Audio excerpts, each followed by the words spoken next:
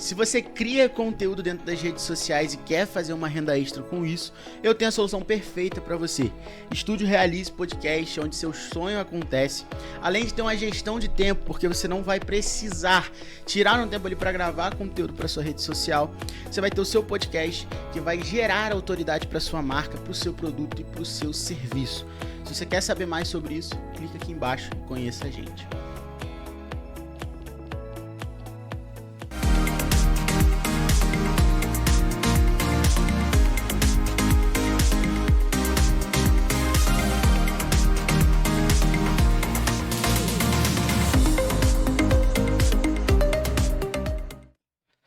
Fala pessoal, sejam muito bem-vindos ao Estúdio Realize Podcast.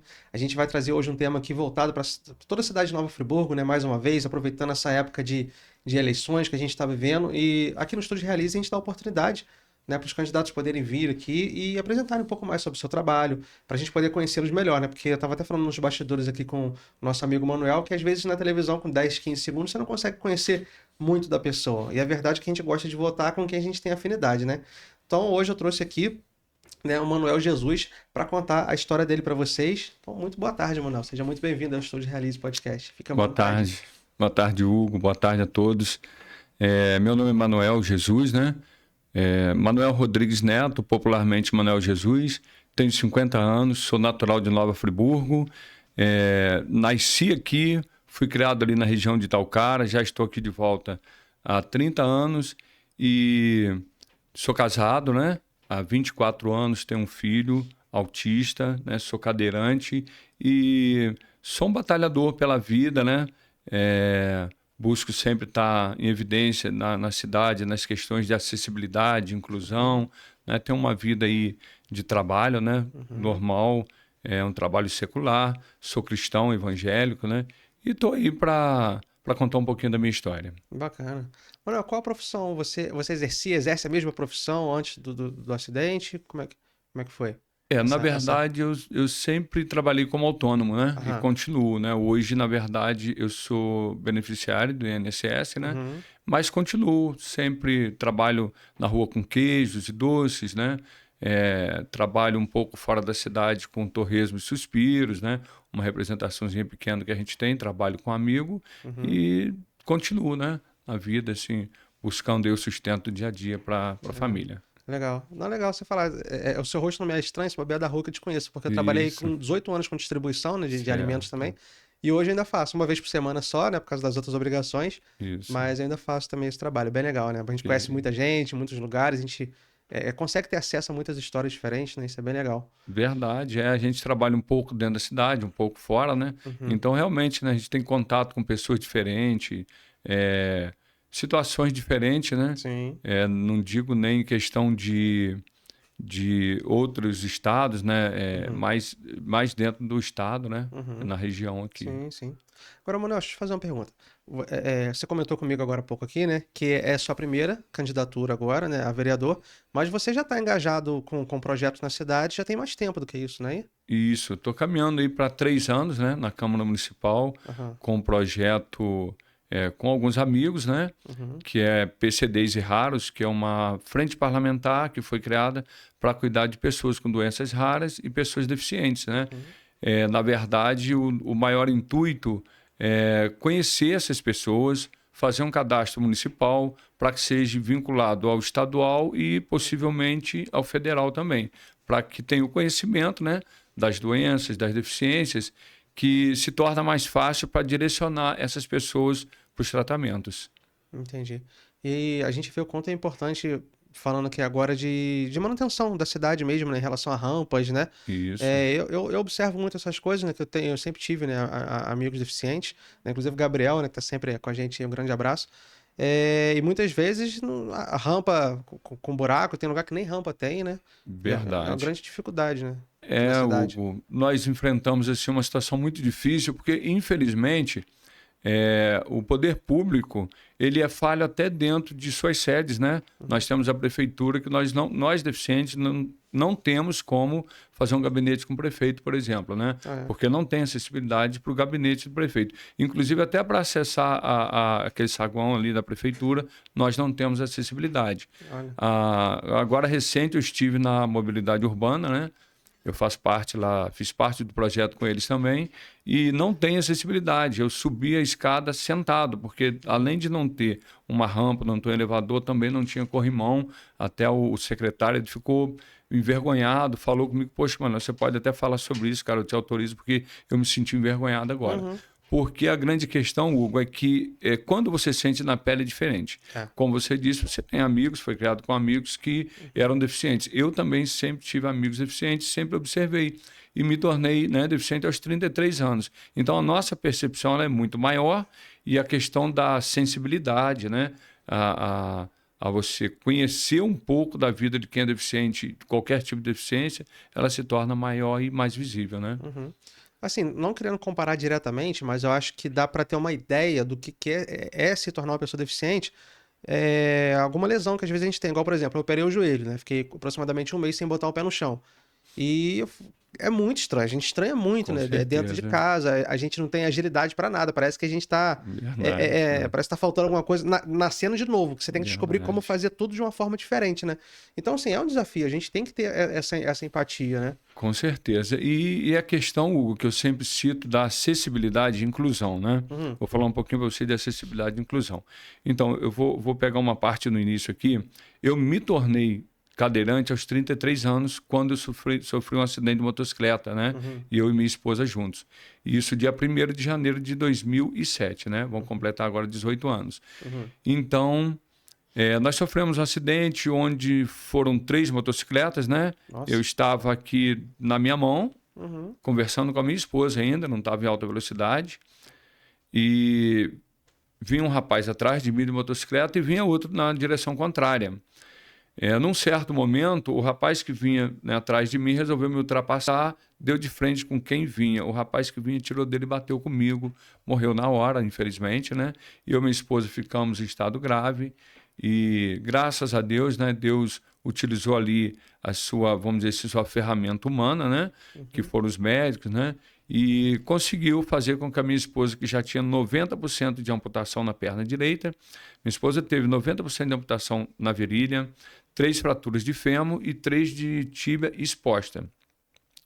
Eu tive no joelho, na tíbia e perdi o dedão do pé, né? No local. Só que, assim, foram casos diferentes, porque eu apaguei, né, no momento do acidente, e minha esposa não. Minha esposa foi para o público e eu para o particular. E eu tive uma gangrena 4 dias depois, onde foi feita a amputação da minha perna. A minha esposa, que tinha aí 90% de amputação, graças a Deus foi muito bem cuidada e, né, tá ali com a perna dela, tem muita cicatriz, mas para ela não faz diferença, né? E temos hoje um filho, que é o Isaac, né, completou agora 7 anos, e que é autista. Então, a gente sofre muito na pele a questão de acessibilidade e inclusão. Eu sou muito ativo, né? Eu trabalho todos os dias no centro da cidade, Olaria, Cônigo, né? Região de Bom Jardim, região de Conquista, né? De 15 em 15 dias. Então, as dificuldades são muito grandes. Dificuldade de rampas, calçadas, em todos os setores, né? Públicos e privados, né? Você pega, por exemplo, aqui em frente o antigo fórum, tem uma rampa que cai dentro de um buraco. Você pega aqui em frente o Extra, tem uma também. Então, assim, a gente vai superando, é todos os dias uma superação. Você levantou da cama, é superação. E a questão, Hugo, existe uma diferença entre acessibilidade e inclusão. A acessibilidade é a porta de entrada para a inclusão, né? Então, sem acessibilidade não acontece a inclusão. Nós temos um problema crônico hoje na sociedade. Todas as pessoas, a maioria das pessoas falam em inclusão, mas não conhecem, né? A verdade é essa.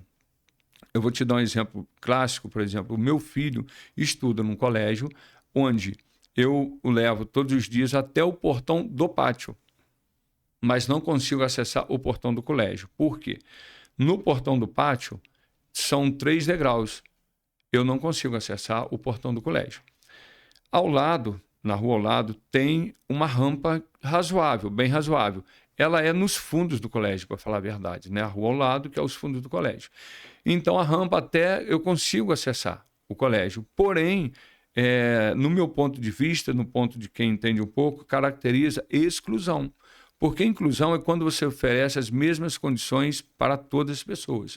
Então, ali no caso, se eu tenho que chamar alguém para abrir o portão dos fundos para que eu entre, isso é inclusão, não tem nada a ver com inclusão. Então, hoje eu sempre falo, quando eu estou ali numa audiência pública na Câmara ou em qualquer outro lugar, que é muito mais fácil você ter nos colégios ou qualquer outro setor a rampa de acesso, porque a rampa serve para todos e a escada não. Entendi. Poxa, interessante, eu nunca tinha parado para pensar nessa perspectiva, né? Isso. Legal. Deixa eu te perguntar uma coisa, até um pouco pessoal. Você comentou comigo que você era cristão, né? Agora há pouco aqui nos bastidores. Você já era cristão antes do acidente ou se tornou depois? Olha, eu me pego muito ali naquela palavra de Jó, né? Antes eu conhecia de ouvir falar, né? Mas hoje eu o conheço de com ele andar, vamos dizer assim. Porque, na verdade, eu conhecia Jesus, ouvia falar muito, as pessoas vinham até a mim sempre falar de Jesus. E eu conheci Jesus, na verdade, no meu leito de morte, né? Foi quando ali os médicos amputaram a minha perna. Eu me lembro que, quando eles me levaram para o centro cirúrgico, o médico me disse que iria amputar minha perna para tentar salvar minha vida, né? Porque as condições eram muito difíceis. Eles me deram 1% de chance de vida. Então ali eu comecei a orar, né? Orar e me lembrar de quantas vezes as pessoas me convidaram. A minha esposa já estava frequentando a igreja e eu fui à igreja algumas vezes e eu comecei a me lembrar, né? E também de algumas coisas que Deus já tinha feito na minha vida antes, que ali eu fui podendo, poxa, olha só, que Deus fez na minha vida durante alguns instantes. E aí, então, naquele momento da amputação da minha perna, um pouco antes, que eu ainda tinha lucidez, eu orei e pedi a Deus que, se fosse para me servi-lo, que eu queria uma segunda chance, mas se não fosse, que eu não queria, né? Porque é algo muito sério, né? E aí eu tive o privilégio de verdadeiramente conhecer Jesus, me converter, já aí 18 anos, né? Vamos completar 18 anos. Então, assim, hoje eu digo para as pessoas, quando eu tenho oportunidade, né? Estou sempre por aí testemunhando nas igrejas, levando uma mensagem, na rua trabalho bastante também, com evangelismo pessoal. Eu sempre tenho o privilégio, Hugo, de dizer que hoje é que eu sou feliz, né? Hoje é que eu sou inteiramente físico, apesar de não ter uma perna, não ter a função no braço, mas hoje eu me considero inteiro, justamente porque eu conheci Jesus, né? E eu sou um ser humano normal, eu não me enxergo, tenho o privilégio também de não me enxergar como deficiente, né? Eu não sei nem te dizer quais são as minhas limitações, né? Eu acho que eu não tenho mais limitações, né? A maior limitação que eu tinha até pouco tempo era subir uma escada, né? Às vezes ia na casa de alguém e tal, não sabia que tinha aquela escada e hoje eu subo sentado. Então, quer dizer, aquela limitação, né, já ficou para trás também. Cuido de filho, ajudo minha esposa nos deveres de casa, nos serviços de casa. Então, assim, eu posso te dizer que eu não me enxergo como deficiente e luto todos os dias para melhorar, né, como ser humano. Isso é uma questão, assim, que eu agradeço muito a Deus todos os dias, né? Pelo privilégio de mais um dia, pelo privilégio de muitas vezes tocar, né? Ser usado para tocar a vida das pessoas sem precisar abrir os lábios, né? Que acontece bastante. Sim. Você até me desculpa ter feito essa pergunta, porque na verdade a minha intenção era a seguinte, era saber como que a fé trabalhou nesse processo seu de renascimento. Acho que a gente pode chamar de renascimento, né? Isso. Acredito que você tenha tido a pessoa que chega a 1% de chance de sobreviver e sobrevive, né, totalmente lúcido, né? Isso. E com, assim, grande parte das funções preservadas, né? Porque por mais que você tenha perdido uma perna, mas você tem a outra perna, você tem um braço, você consegue comer e tal. Como que foi esse processo de fé nessa sua recuperação? Eu tinha muita curiosidade de saber isso. Isso.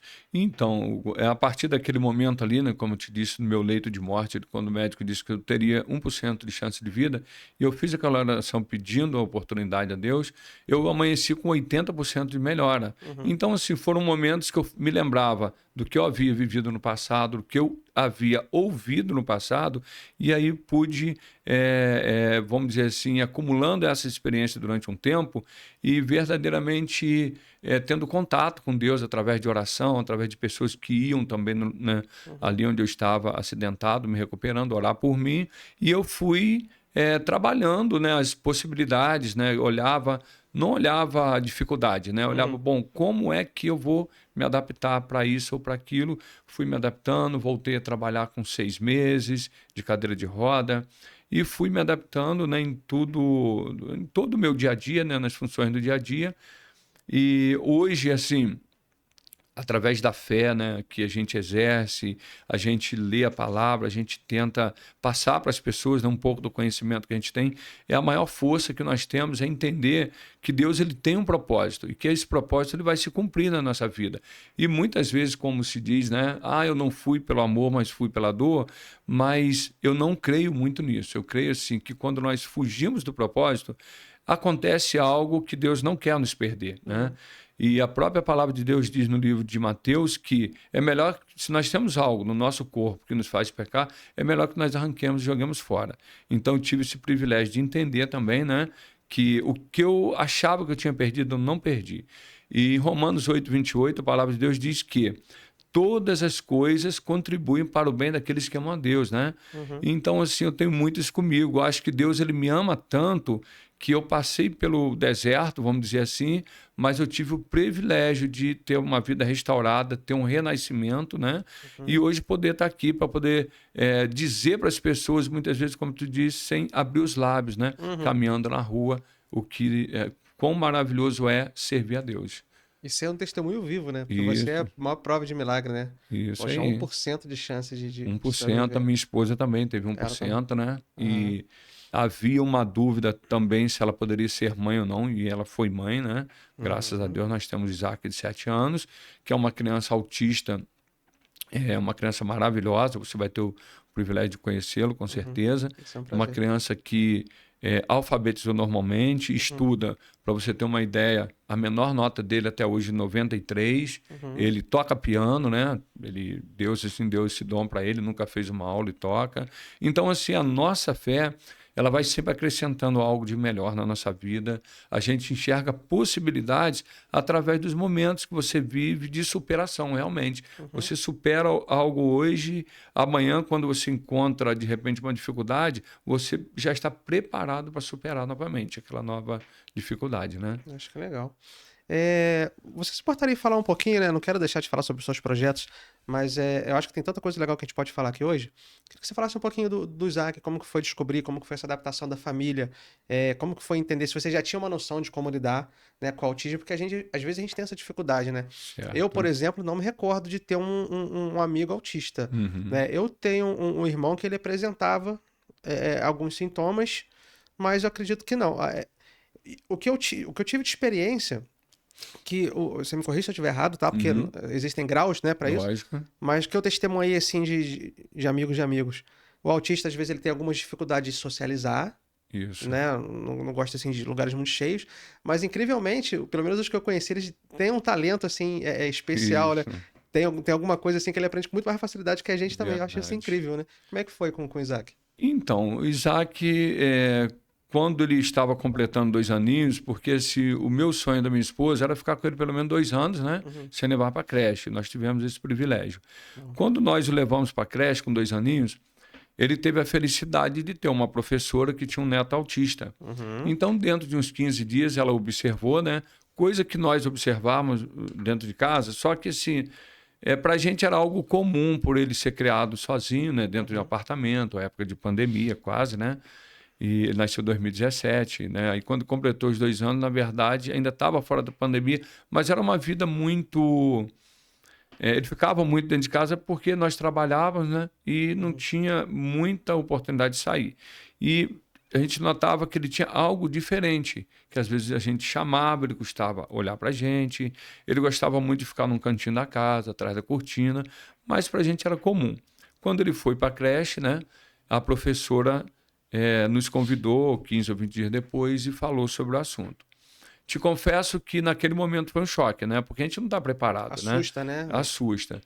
E aí nós o levamos ao especialista e constatou realmente que ele era autista.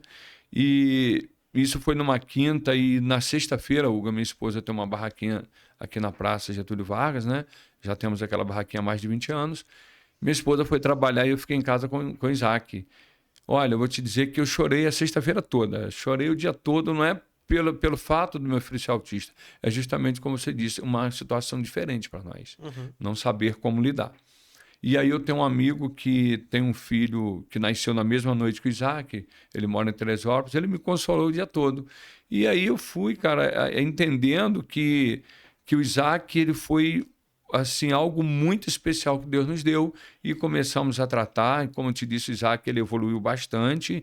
E eu posso te dizer, Hugo, que todos os pais deveriam observar, e quando receber uma notícia, receber com gratidão a Deus, porque Deus ele tem um propósito em tudo, né? Então, muitas pessoas hoje têm uma criança passando por muitas dificuldades na sociedade, dentro do seu lar, porque não procuram ajuda, né? Quando você abre a sua mente para conhecer, né, vamos dizer assim, aquele problema e trabalhar para que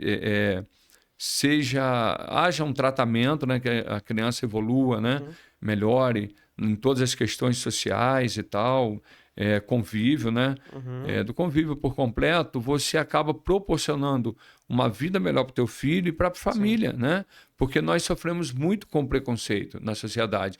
Porém, o meu olhar para o preconceito hoje, depois de me tornar um cadeirante, ele se tornou algo muito comum, porque muitas vezes o preconceito ele vem ao seu encontro pela falta de sabedoria da pessoa. Eu digo assim, as pessoas que têm o preconceito conosco, elas são as coitadas, na verdade. Elas precisam de auxílio, elas precisam de tratamento, muitas vezes, né?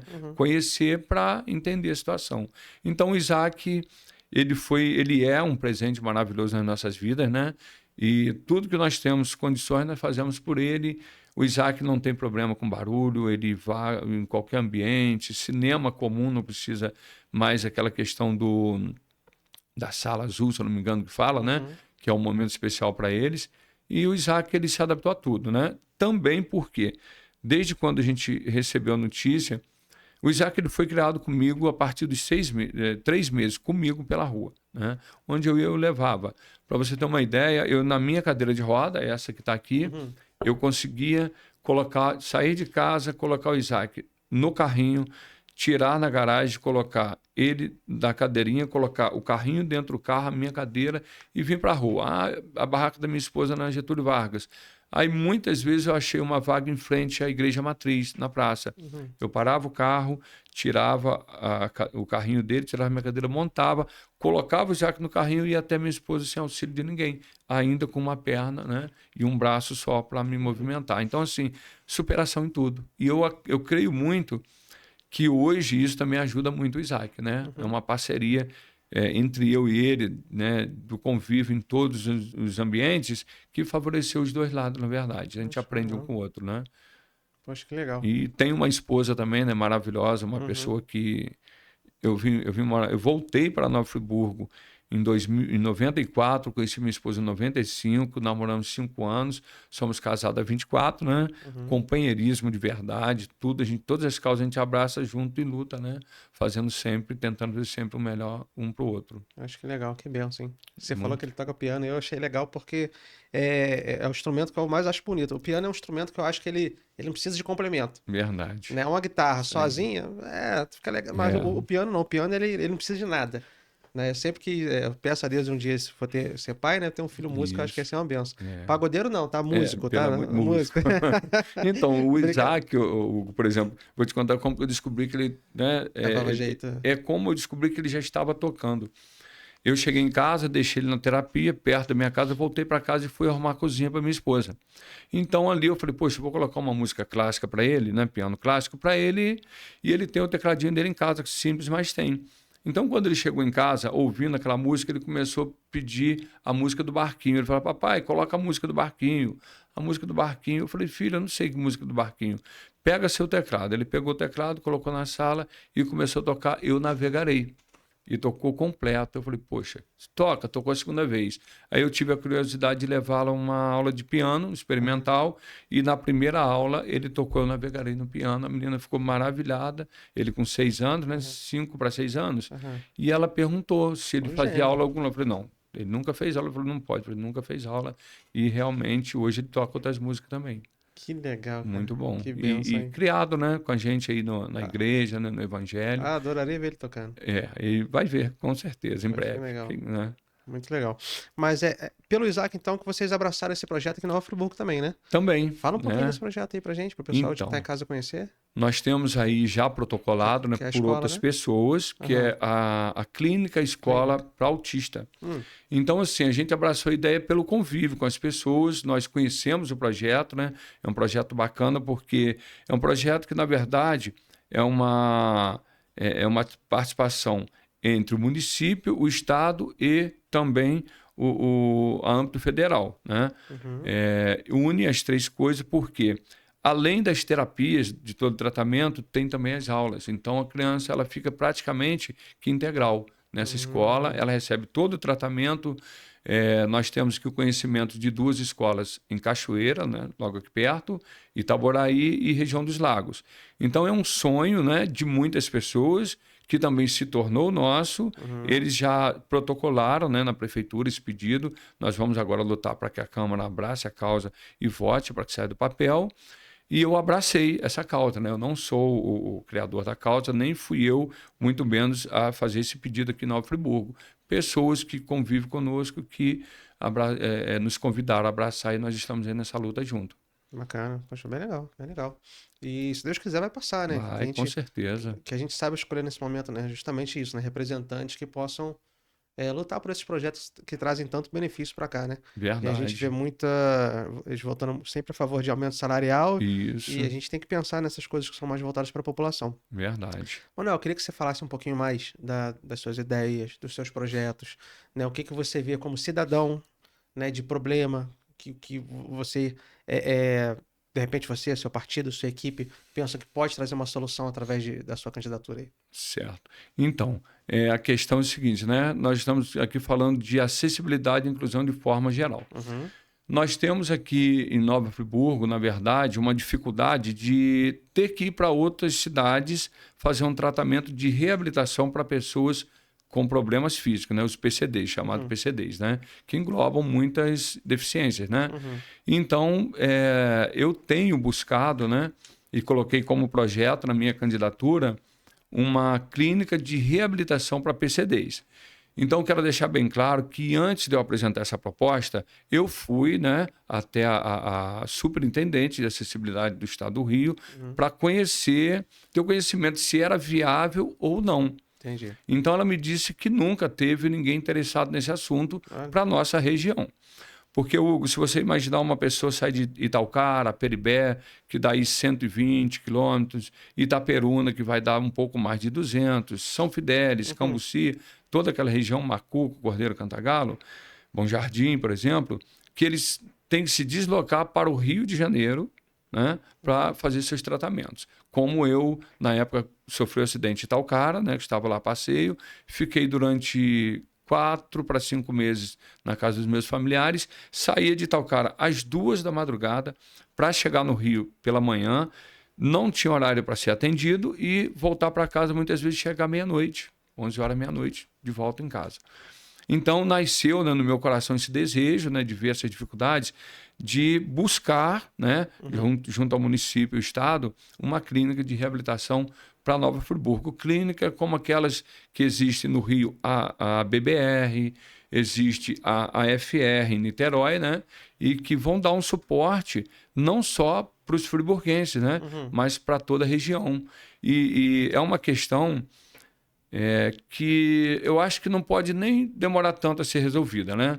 Friburgo, nós temos, a cidade é montanhosa, então nós temos muita dificuldade das pessoas se locomoverem e por não ter um tratamento diário, se torna muito mais difícil a adaptação na cidade, né? Então esse é um dos sonhos, né, que a gente está aí buscando com conhecimento de causa, né? Para não expor um projeto que não seria realizado, né? Que não seria do papel, né? Viável. Então, assim, dentro dessas condições, a escola, né, para autista, esse projeto para reabilitação e em se tratando de acessibilidade, eu tenho também um projeto que eu apresentei na mobilidade urbana ano passado, eu fiz parte, Hugo, de todo o projeto de mobilidade urbana.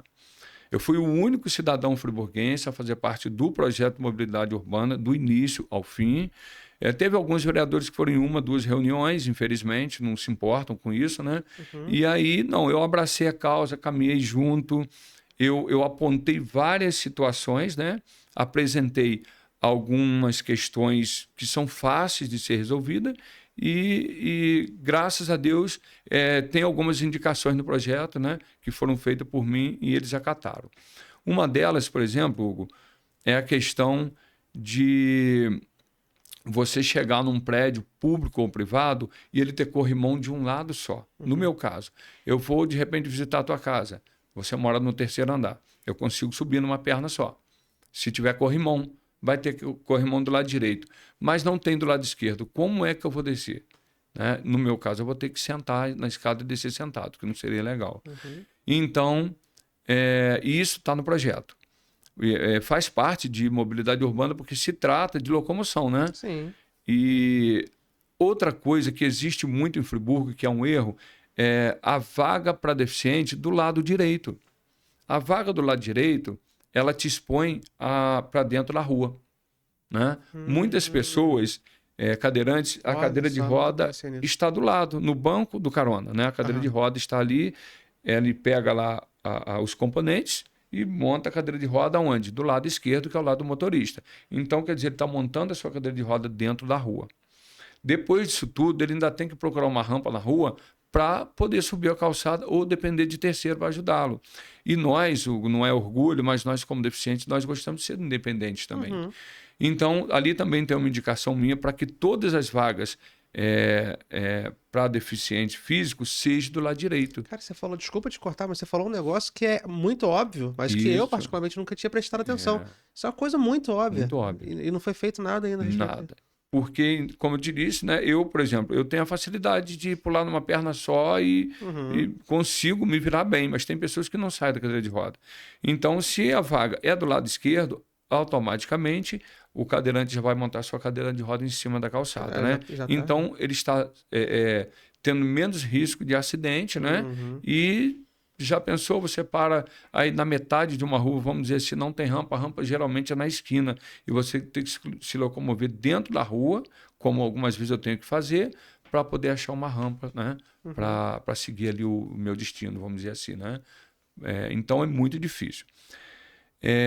São essas questões que eu apresentei para a mobilidade urbana, eles receberam, né, com bastante carinho, isso eu posso dizer. E a questão das rampas, Hugo, é uma questão também que precisa ser... precisa haver fazer um trabalho, vamos dizer assim, de acertos, porque a maioria das rampas, elas não estão no padrão. Tem rampas que são boas, né?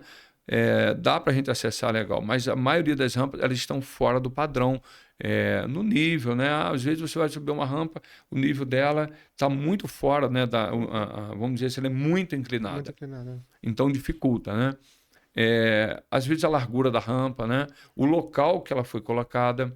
Outro problema que nós enfrentamos, que é muito grave, é a travessia de uma rampa para outra. Se você tem uma rampa, né, dos dois lados da rua, você automaticamente tem que ter a faixa de pedestre. Né? E tem casos em Friburgo, infelizmente, que a rampa no local, 5, 6 metros depois, é a faixa. Então já está errado.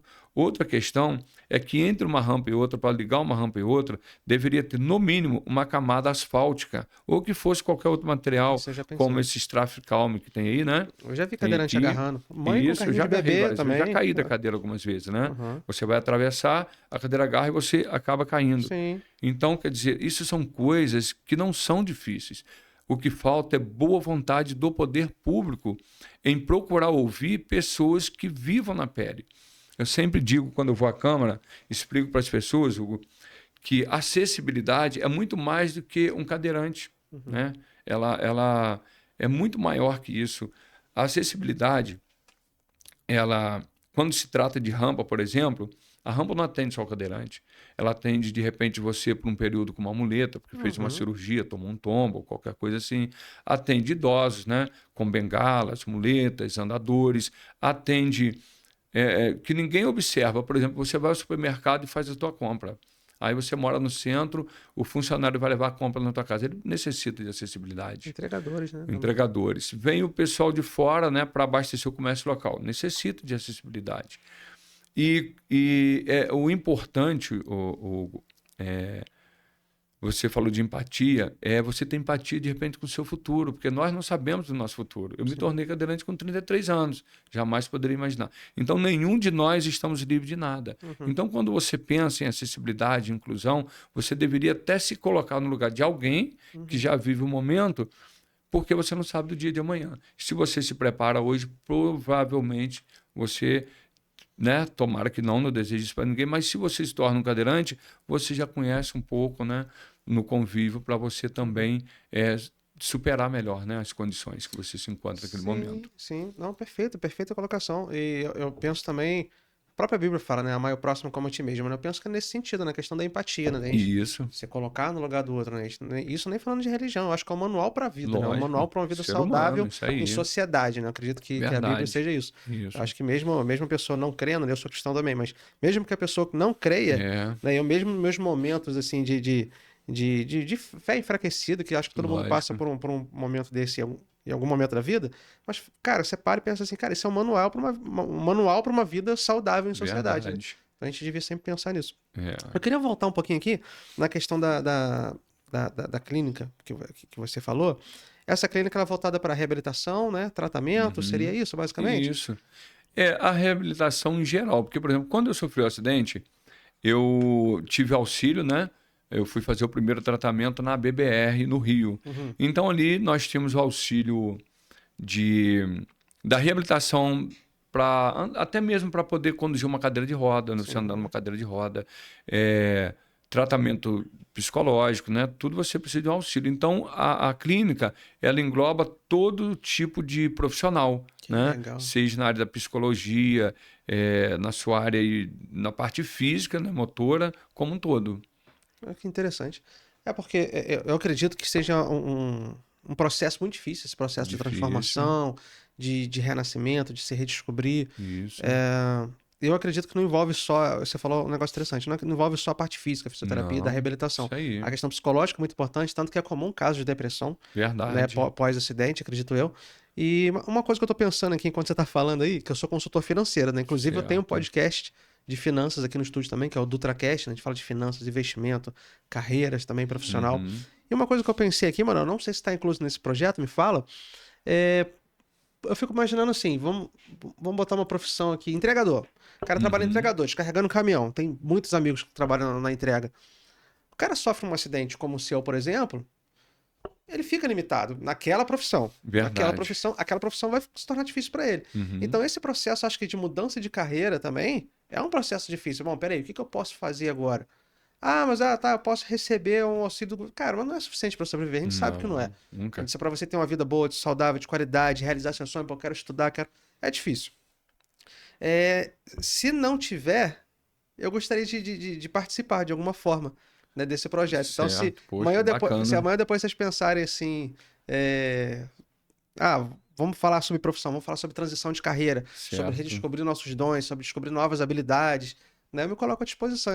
Eu adoro desafios, acho que eu ia ficar muito feliz em participar. Muito bom. É muito bom a gente ouvir, né, de pessoas num momento como esse que a gente está aí sonhando buscar, pessoas que querem ser parceiro de um projeto, né? Porque, como a gente falou, engloba muitas coisas, né? Um tratamento, ele é um tratamento, às vezes, longo, né?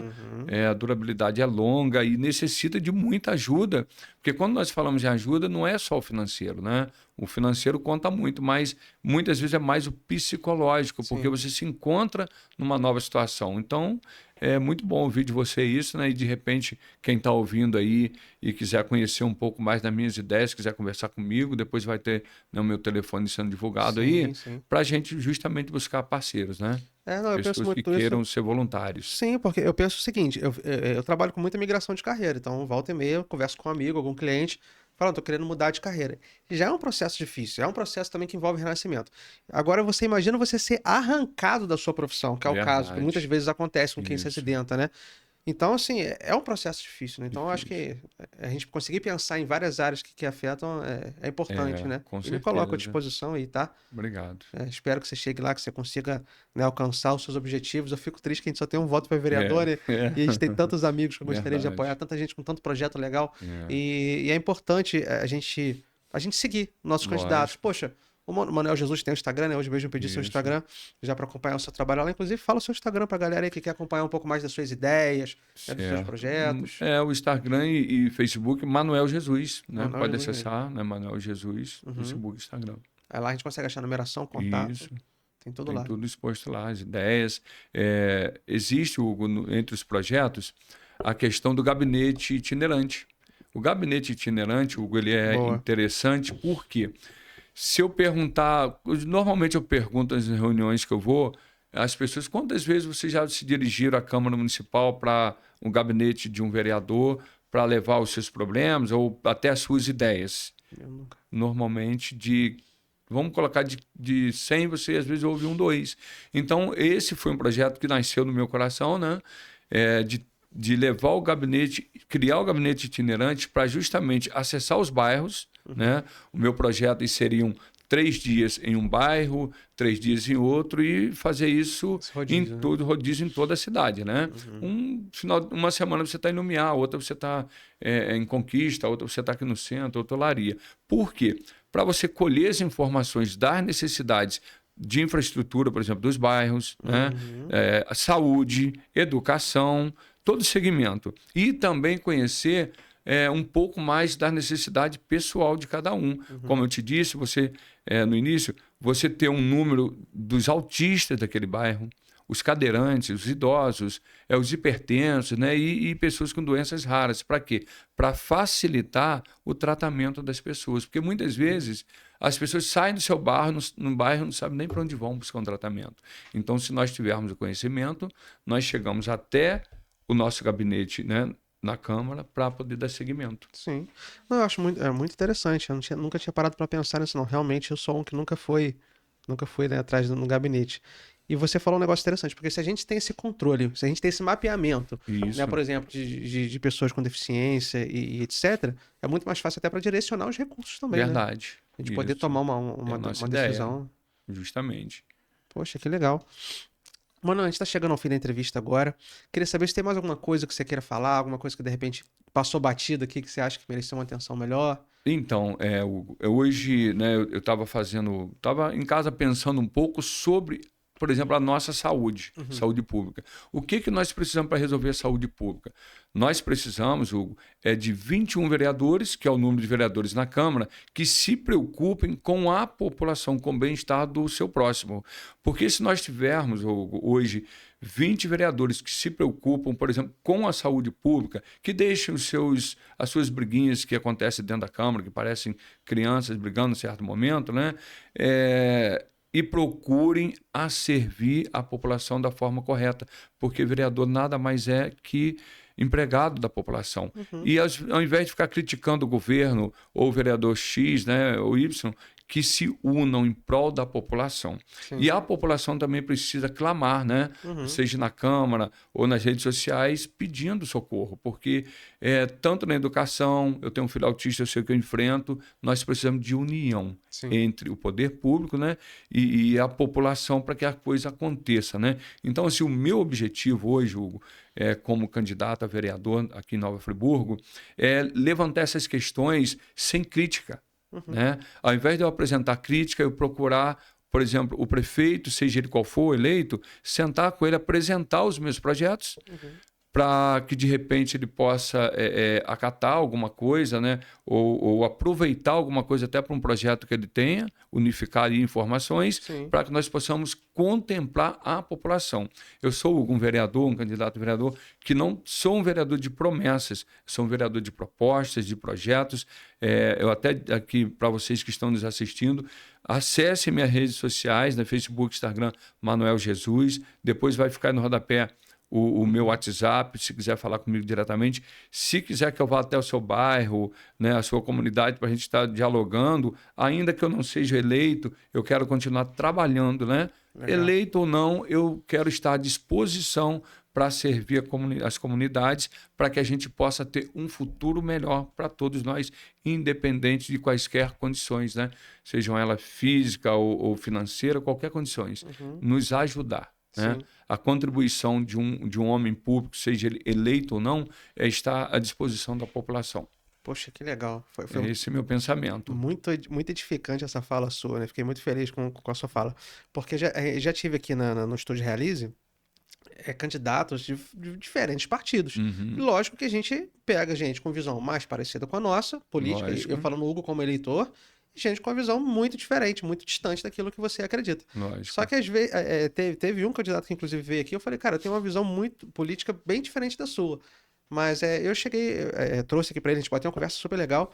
Falei com ele, por que a gente não pode sentar e conversar e pensar no bem da população e deixar um pouco essa briga política de lado e realmente pensar na população. Depois a gente saiu, tomou café, teve aquele momento de debate, né, ali e tal, mas a conversa foi muito legal e eu acho que falta isso hoje na política, não só em Friburgo, no Brasil, a nível nacional, sabe? Isso. Essa coisa de panelinha, né? Eu sou da oposição, então eu vou queimar o seu projeto, porque para não dar moral para você. Na verdade, é o interesse aí é pessoal, né? Interesse pessoal, e a verdade é, nós, independente da posição que nós ocupamos, nós também somos eleitores. Sim. Então, nós temos que nos colocar como eleitor, ainda que ele ocupe qualquer cadeira, qualquer posição no poder público, né?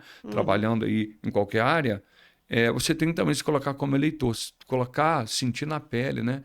O que as outras pessoas sentem um pouquinho e ver dessa forma para quê? Para você, então, projetar algo de melhor para o seu próximo, que na verdade vai refletir em você, não é isso? Então, assim, quando há empatia, como você disse no início, amor ao próximo, quando você faz algo com amor ao próximo, olhando para ele como se estivesse olhando para si mesmo, eu acho que se torna muito mais fácil de promover algo de melhor para toda a sociedade, né? Perfeito. Manuel, muito obrigado. Agradeço muito a sua presença aqui. Eu vou te falar que foi uma das entrevistas que eu mais gostei. Puxa, bacana. Foi muito legal o nosso bate-papo aqui, tá? Eu que agradeço. Olha, fique bem-vindo para voltar numa outra oportunidade, independente de você ganhar ou não. Eu te desejo sorte, sucesso, né? Bênçãos, né? Que Deus sempre te abençoe, te guarde, você, sua esposa, o Isaac. Isso aí. Né? Isaac, eu quero ver ele tocando, tá? Quero mandar um abração aqui para sua família, especial para o Isaac, que eu quero ver. Quero muito ver ele tocando. Vai ser uma honra, um privilégio. Bom, você aí de Nova Friburgo que nos assiste também, muito obrigado por permanecer agora até o final. Curte o vídeo, não esquece de curtir o vídeo aqui, comenta aqui também, pode deixar seus comentários aqui, qualquer dúvida que você tiver. Não esquece de me seguir no Instagram, né? Hugo_F_Dutra, né? Se você quer saber um pouco mais sobre finanças. O Estúdio Realize NF, né? Que é o Instagram oficial aqui do Estúdio Realize. E o Manuel Jesus também, o candidato, nosso amigo que está aqui hoje, né? Para expor as suas ideias para toda a população, tá? Hoje as palavras finais não vão ficar comigo, eu vou deixar para o Manuel agora mandar uma mensagem para a galera aqui na sua câmera. Ok, gente, então, eu quero, em primeiro lugar, agradecer aí ao Zé Mota, ao Gastão, que são grandes amigos, que promoveram nesse momento tão especial aqui para mim. Quero mandar um abraço para eles. Eu quero pedir aí você novamente que você acesse minhas redes sociais, conheça um pouco mais dos meus projetos, né? Para que nós possamos caminhar juntos, porque o objetivo, no meu caso, é caminhar junto com vocês. Por isso é que eu tenho projetos para atender o gabinete, por exemplo, itinerante, para ir até o seu bairro te ouvir, trazer, né, conhecer um pouco mais tanto das necessidades do bairro quanto de cada uma das pessoas, para que nós possamos ter um futuro melhor, né? Para nós, né, que somos adultos, para as nossas crianças, né? E caminharmos junto verdadeiramente, desempenharmos um trabalho na Câmara Municipal, caso eleito, que contemple toda a sociedade. Não é um grupo de um local, né? Não é um grupo de pessoas, mas sim toda a população friburguense. Porque como homem público, sendo eleito ou não, eu disse para vocês e repito, eu quero estar junto, me dispondo a ajudar naquilo que estiver ao meu alcance e o que não estiver, que eu possa acessar secretarias ou alguém que tenha o alcance de trazer o benefício para toda a sociedade. Desde já aí, muito obrigado a todos e Deus os abençoe. Amém. Tchau, tchau. Se você é produtor de conteúdo digital, eu quero falar com você agora. Quer fazer uma renda extra com seus conteúdos e ter uma gestão de tempo melhor, numa criação de conteúdo inteligente? Te apresento o Estúdio Realize, o lugar onde você vai de fato criar conteúdos de alta qualidade, com equipamentos de alta qualidade e além de tudo vai gerar renda extra para sua marca, para o seu produto e para o seu serviço. Se você quer saber mais sobre isso, clica aqui embaixo agora e conheça a gente.